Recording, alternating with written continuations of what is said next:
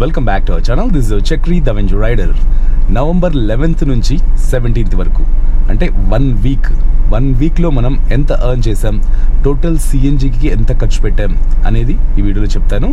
So 11th to 17th నమ్మయాత్రి, Ola, Rapido, quick ride, Uber ఈ 5 యాప్స్లో మనం వర్క్ చేసాము. సో ఆ డీటెయిల్స్ అన్నీ ఇప్పుడు మీకు చూపిస్తాను.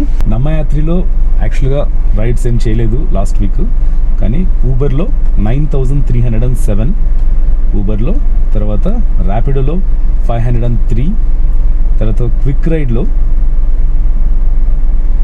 523, 768 అంటే దాంట్లో టోల్ తీసేసాను, 771, తర్వాత 762, 980 ఇది క్విక్ రైడ్లో.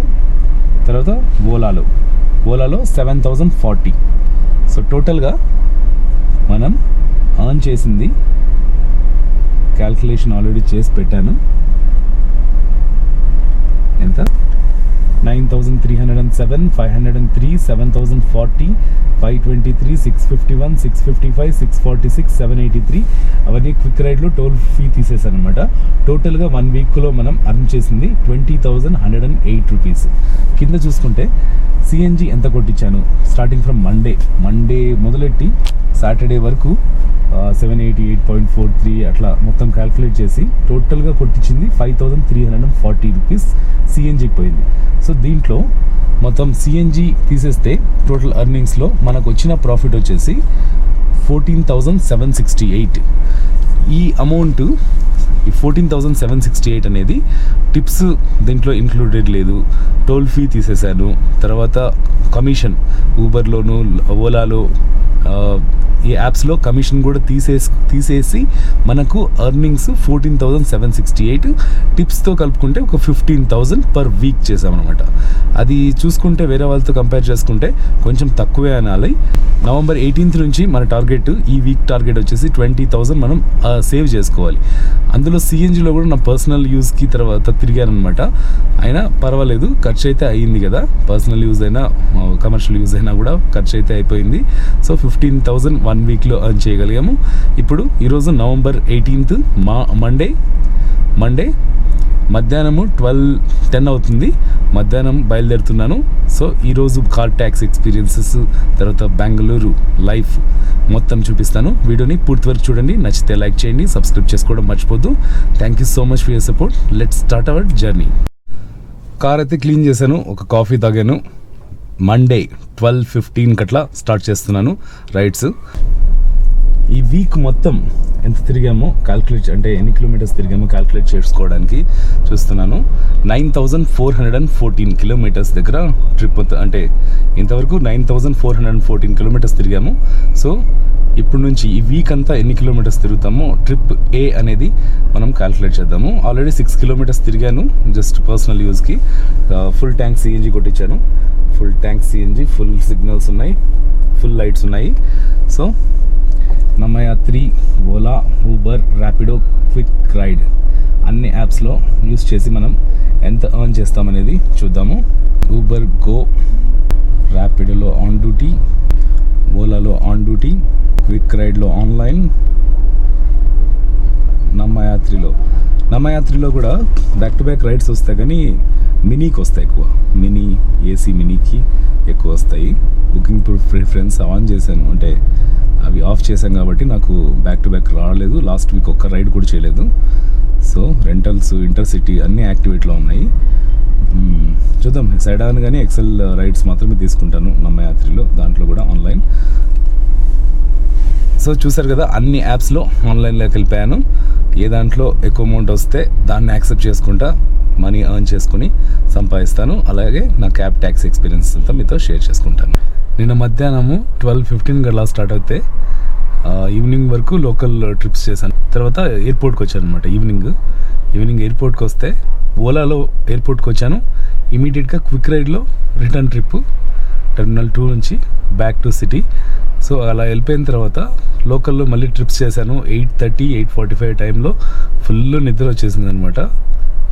జలుబు ఎక్కువైంది.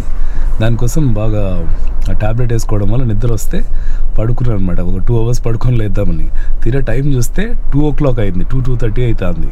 Early morning. సో 8:38 అంటే 9కి పడుకున్నా 2కి లేసా. సో ప్రాపర్గా రెస్ట్ తీసుకున్నా అని చెప్పేసి మరి 2 o'clock నుంచి లోకల్గా ట్రిప్స్ వేసాను. తర్వాత ఎయిర్పోర్ట్కి వచ్చా మార్నింగ్. ఎన్ని గంటలకు 6 o'clock ఎయిర్పోర్ట్కి వస్తే ఇప్పుడు 9 అవుతుంది. ఇంతవరకు ఆర్డర్ కోసం వెయిటింగ్. ఎయిర్పోర్ట్లో వచ్చిన వెంటనే రిటర్న్ ట్రిప్ రాదు, మ్యాక్సిమం వెయిట్ చేయాల్సిందే. ఓలా, ఊబర్, నమ్మయాత్రి కానీ క్విక్ రైడ్ కానీ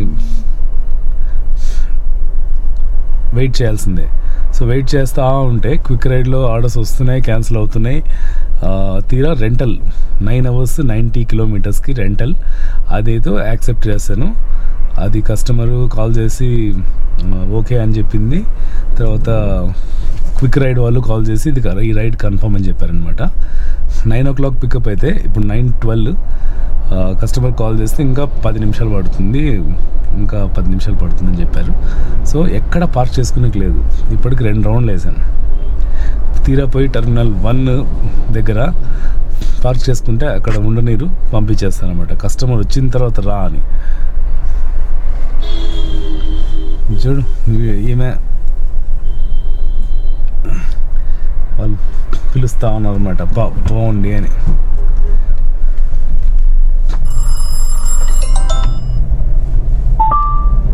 hello hello sir, luggage collect ಮಾಡ್ಕೊಂಡು ಬರ್ತಿದ್ದೀನಿ ರೀಚರ್.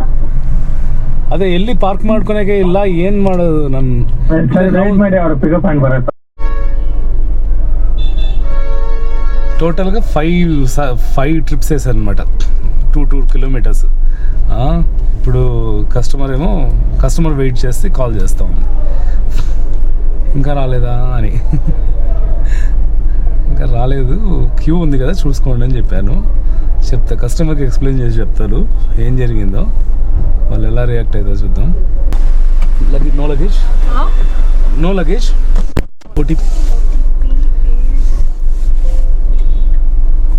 2936. Here the parking time is only 1 minute. Okay. So I came here at 9 o'clock. Oh. I tried to call you multiple times as you didn't pick up. I just landed only. Yeah. Again, to park the vehicle, we need to go to P7, parking 7, where there is free parking for yellow board. Here P3 is paid parking. For half an hour they will charge 100 rupees. So here we will not go. If you want to go to P7, it's another 5 kilometers. 5 kilometers and 5 kilometers. And once we enter the parking place, to get out of that, it will take minimum 20 to 30 minutes because there will be a lot of vehicles coming out, like Ola, Uber, airport taxi, all these taxis, like they will park there, P7. So again I cannot go back to parking place because if I have to come back, it will take a lot of time. So I was just taking rounds here, like 2 kilometers, total 6 rounds I made.